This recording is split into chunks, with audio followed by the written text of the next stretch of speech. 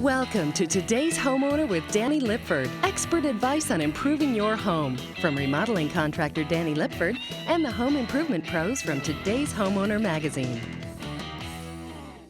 Well, welcome to the show this week. Now, I'm standing in a kitchen that obviously needs a little updating. Well, the homeowners really didn't have the desire or the budget to completely remove the old cabinets and install new ones, so they chose the very popular option of kitchen refacing. Now, we'll show you what's involved in that process and show you how we can transform tired, old stained cabinets like this into brand new looking bright white cabinets. And along the way, we'll show you some options that you can use at your kitchen that can drastically change the appearance of your kitchen without spending a lot of money. Don't go anywhere.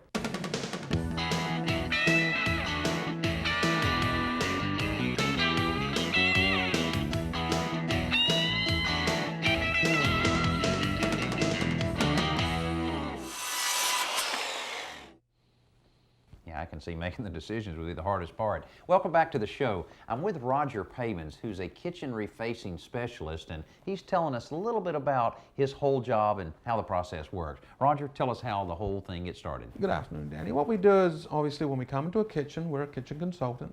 What we're trying to find out is what the customer wants to achieve. If the customer has a kitchen that is stained but starting to show a lot of years and a lot of wear, what we do offer is a kitchen tune-up. A tune-up is a deep wood revitalization, whereby we come in, fix the areas of concern such as the stickiness and gumminess, remove the scratches and gouges, get the color back to the way it is, deep oil it, polish it, maybe put some new hardware on it, give it that new look. But I bet you get a lot of requests for brightening those kitchens and going from this to the bright white like we're doing with this one. And that's our next option. Our next option obviously is to reface. A reface is where we come in and we replace the existing hardware, doors, drawer fronts with new custom-made doors and drawer fronts, and then we totally cover the face frames, rails and stiles with a matching wood veneer or an RTF laminate type veneer. Okay, and of course they have to make a lot of decisions here, not only the door style but the door color, countertops, and even options are available. That's right. As far as options, you can go from a low-end wood product to a very high-end raised panel type door or an RTF type door such as this one. This is a medium density fiber bond door, heavy duty, good wear coverage, got little kids, takes a lot of abuse as far as scratches, scuffs and marks, and it's washable. If the customer comes back and says, okay, I put nice bright white new full doors on, what about the inside of my cabinets? Well, we do offer a range of products whereby we can go inside the cabinet, put a vinyl core product down, which is going to, number one, give a nice white look with a white front edge, but also it won't harbor any germs, no mold, no mildew, it's washable and wipeable.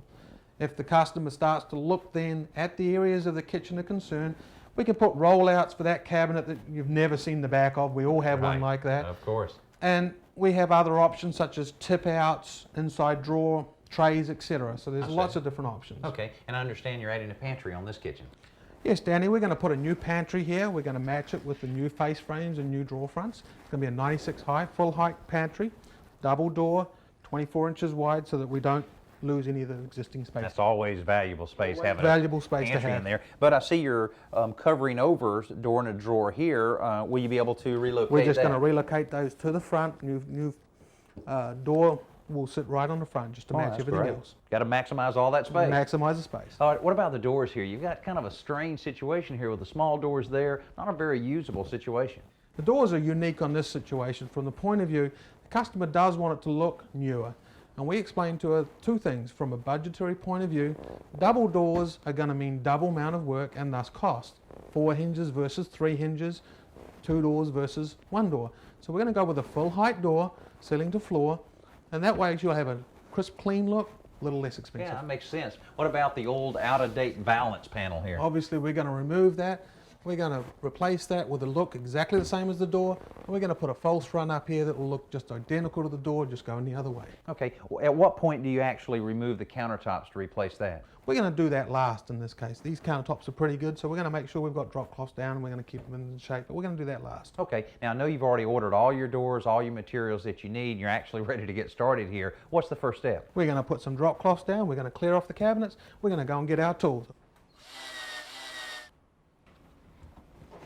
Well, while Roger's getting started on our kitchen facelift project, let's check in with this week's simple solution. Get ready to review your fix-it list as Danny and today's Homeowner Magazine repair and maintenance editor Joe Truini show you this week's simple solution. Brought to you by Dodge. More homeowners take on the task of painting than probably any other chore around their home, but it can be a little messy. You're right, Danny. Over the years, we've shown dozens of simple solutions for painting, and here are two that I use all the time. First, when painting from a full can of paint, there's no place to wipe off the excess paint because there's simply not enough room. So what you do is get a wire hanger and snip off a section of wire and bend it into a squared off U shape. Then punch a couple of holes around the lid of the can right here inside the rim. Put one on either side. Here I'm using a 2.5-inch finishing nail, which is just the right size for a wire hanger. Then take the wire wicket and set it right into the holes. Now when you paint, you can just wipe the excess paint off and it drips right into the can. Now this will serve another purpose in that the excess paint you do have around your rim will drain right back down into the paint can. And that brings us to the second simple solution. When you're done painting for the day and you want to put the lid back on, don't simply hammer it down, because if there is any paint in that rim, it'll shoot out all over you. So all you need to do is cover it with a cloth and then place a 2x4 block on top. That'll protect the rim of the can from getting dented, and then you'll never get the lid off. And you just tap it down and store the paint can. Now with these few little tips, hopefully the next time you take home painting around your home, it'll be a little less messy. Well, Roger, I can definitely see the transformation taking place here. Doing great. Yes, becoming white, isn't it? Sure is, really good. Now, what's taken place over the last few days in terms of getting it to this point? I see the top cabinets are just about halfway complete, so what's taking place here? Okay, the first thing we did obviously is we came in, removed all the doors, took all the hardware and the hinges off, packed those away and put those for the customer. Once we got all the doors off, we checked all the stiles and rails and the face frame, looked for any problem areas. Next thing we did is came in and we bonded up all of the old holes, any problems where they meet the rails, meet the stiles, etc. And the actual Bondo you're talking about is the exact same material that's used for automobile repair. Right, yeah, it's the same as we use in the car industry. It takes about 5 minutes to set up, which is perfect for them. Once it's set up, it sets like a rock, so you can't get it off. And then you're just sanding it down just to smooth it out. Smooth it out, get it as flat as we can. Once we've got it smoothed out, we want to obviously check all the rails and stiles for grease and build-up. Get rid of that with some alcohol and some wax wash. Get rid of all the problem areas on the stiles and rails. Once we've got them clean, we're obviously going to come in and put on our face. Now on the facing, I noticed on the ends of the cabinets, you're actually using a rigid pre-finished material, but on the actual face of the stiles here, you're using something a little bit different. Tell us about this material. This is a Flexwood product. It's a 3M based adhesive. It's a pressure sensitive material. Once it's applied to the wood, it will actually keep bonding for the next 36 hours. After 36 hours, it will gain full strength, and hopefully you'll never get it off again. So. I see. Well, it has the adhesive, but I see you're also using some contact cement. Right. On new wood, for example, we obviously have to give it something to adhere to. We want to make sure that it's got a good adhesion. So we go ahead and we contact cement it first, and then we put the Flexwood right on over the top. Okay, why don't you give it a try here? If this is all ready, why don't you try a piece there for us? Okay, not a problem. So you've overcut this a little bit, made it a little bit yeah, we want to larger. make sure that we get a good distance, top and bottom.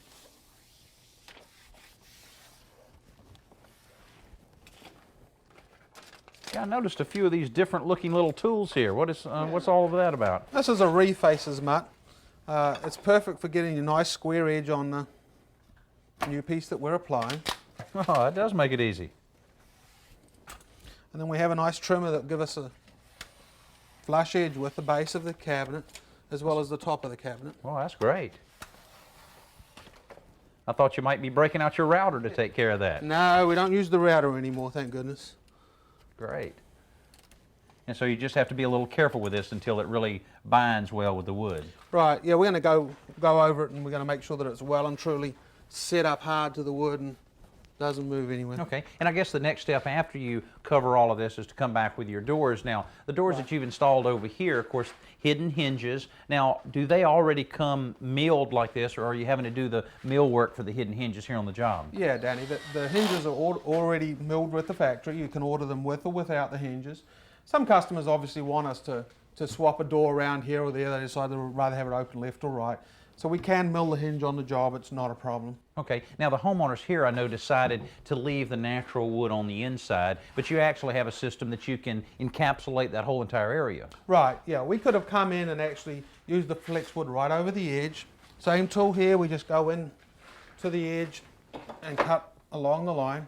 That would give us a white inside crisp edge, a nice plastic front. And we have a product called Vinyl Core, which is obviously a product that will allow us to keep it clean, antibacterial, it's wipeable. You have a nice crisp white edge all the way through the cabinets. I see. Well, they're looking good, and I'm anxious to see the finished product. Now, after everything up front is, up top here is complete, I guess you'll go down below and then understand countertops are last. Right, yeah. Once we get to the bottom, we're going to come in and we're going to rebuild the drawer faces. Make sure that the drawers are working properly, that they're solid. Any rails that they're running on are lubricated properly. They'll be nice and crisp and white. Put the new doors on, new countertops, All already right. finished. Well, we look forward to seeing that. It's really going to look great, so don't go anywhere. Next, our best new product. It's time to check out this week's best new product with Danny and today's Homeowner Magazine editor-in-chief, Paul Spring. Brought to you by the Home Depot.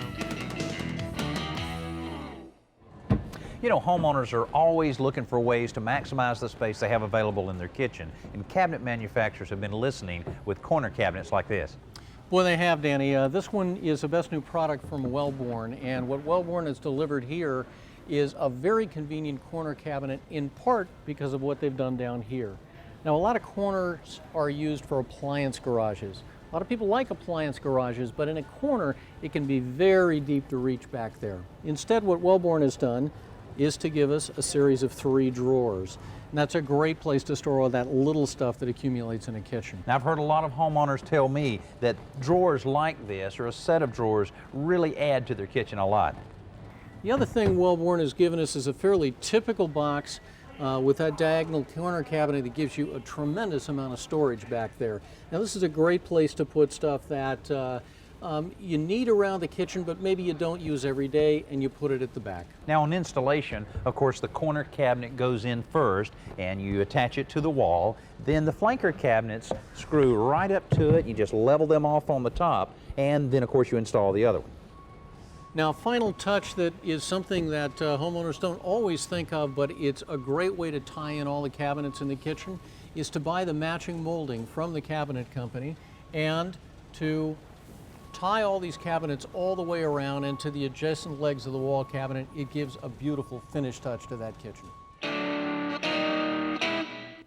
Well, Roger, it looks like some finishing touches taking place here. Yeah, we're just finally finishing up the baseboard and colouring it black. Well, now, things have changed a little bit here, it looks like. I thought they chose a different countertop than this. Yeah, originally the customer had gone with a white Nebula. Unfortunately, when we got the white Nebula in, it was very grey, and we felt that the grey and the tan was a little off in colours. So they went with designer white. Designer white. Now, I know this is a post-formed style countertop, which is fairly inexpensive and fairly easy to install. How did the installation go here? This was actually real good. This is a small countertop when you talk about countertops, not very tight. So what we did is when we got it in, we actually laid it on the floor, got the join butt together, tightened up all the bolts, put our cork in it, and put it in one piece. Once we had the cabinets level, it went in pretty easily. Okay, what about adhering it to the cabinets? Any construction adhesive, screws, anything? Yes, we did use construction adhesive across the top of the cabinets, and then we screwed it in the corners to make sure it stayed where it was put. Okay, and I guess you called the plumber in. No, we didn't have to call the plumber in. The customer's plumbing was in an excellent condition. Good. So we just took the sink out, gently corked and sealed it round and put it back in again, tightened it back up, and it was perfect. That's lucky, because a lot of times you pull those sinks out, things fall apart down That's below. right. What about any other alterations? Did you run into any challenges? Yeah, here? we had one minor problem.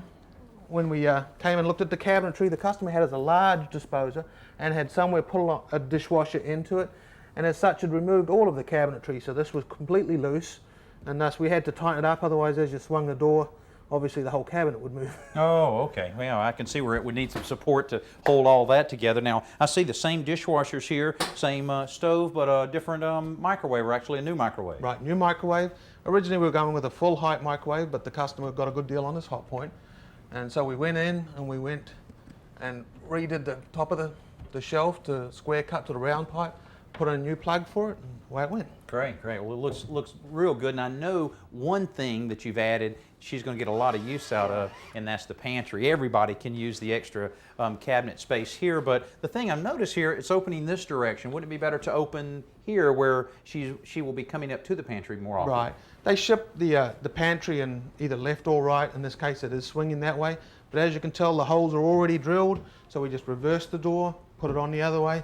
It's 100% reversible, and it will swing the opposite way. So oh, okay. Customer can quite happily have it swinging left or right. Great, great. That makes a difference. Now, what about homeowners taking on a project like this themselves? A kitchen facelift seems like a fairly simple project and so forth, but what about the painting and the doors and that kind of thing? The homeowners can come in and remove their own hardware and their own doors, go and measure up for new doors and buy them, and obviously paint the rails and the sills. The only problem with painting is going to yellow. It's not going to look as nice as the RTF that's durable, you know, better quality. And generally you get a much more professional look if you go with a good quality product. Now, I know one question our viewers would like to know is how much does something like this cost? Because, you know, if you're talking about a complete kitchen remodeling, taking all the cabinets out, putting new cabinets in, new countertops, you're talking about $15,000, maybe even $20,000. I assume this is a little bit less. Right. With this being an average size kitchen, an average total reface, even with a little bit of extra cabinetry, runs about $5,500 to $7,000. Okay, all right. Well, real reasonable, and definitely a great before and after picture, and with the floor and with everything else here, it's really a great investment that they've made, because, you know, a kitchen facelift like this will return more of your home improvement dollar than any other improvement you can make on your home. Now, Roger, thanks a lot for letting us be a part of this kitchen facelift, and when we come back, we'll share with you a couple other ideas that you may need to consider if you're about to remodel your kitchen. Now let's go outside for Around the Yard with Danny and lawn and garden expert Barbara Katz. Brought to you by Scott's Lawn Products, for a great lawn guaranteed. You know, when most people think of energy savings around their home, they're thinking of things inside the home like adding insulation to the attic. But there are a number of things you can do outside the home to not only beautify it, but to save money as well. If you put a tree in the right location, first of all, you're going to benefit, because when you look out your windows, you see this gorgeous tree. But on top of that, you know, it can help to screen the sun when it comes in through the windows. And also, if it's really in the right place, it will cast shade on your roof. And it can reduce the temperature inside the home by as much as 10 degrees. Now, don't put those trees too close to the house, because as a contractor, I've seen a lot of problems with foundations that have been damaged by the roots growing up into the home's foundation. So be careful about that. And also, you don't want to spend all your Saturdays cleaning out the gutters around your house, so you don't want the limbs really to hang over the house. But you really want to benefit from the shadows and the shade that are cast by that tree. The other thing, Danny, is if it's in the right place, it will serve as a windbreak in the winter. Now, a lot of people don't think about that wind being a factor, but they've actually done some research, and they find that if it's in the right location, it can reduce your utility bills by as much as 25% all year long. Now, you know, it doesn't matter how well the house is constructed, you're still going to have some drafts. So by having these trees will really block that cold air from getting into your home. And when you're talking about the savings that Barbara mentioned, 25% on your energy bill, it won't take long to pay for those trees. Well, I'll have to say, I'm fairly impressed with this kitchen facelift. Just think about it. Only $5,500, not including the ceramic floor, and only 4 to 5 days to get a kitchen that looks like this. Even better, the homeowners didn't even have to move out of the kitchen during the renovation. And if you've ever moved, you can think about all the hassle involved in getting boxes in and putting your pots and pans and your food in, and the challenge to continue feeding your family during this time. Now also, if you think about what this kitchen looked like before Roger did his magic on it, you'll remember a kitchen that really needed some attention. Now, it really looks like a modern kitchen. Now, a few things you need to consider in renovating your kitchen is to consider everything you want to accomplish, such as the pantry and the microwave. You hate to complete all of the work and then have to come back in and reinstall anything at all.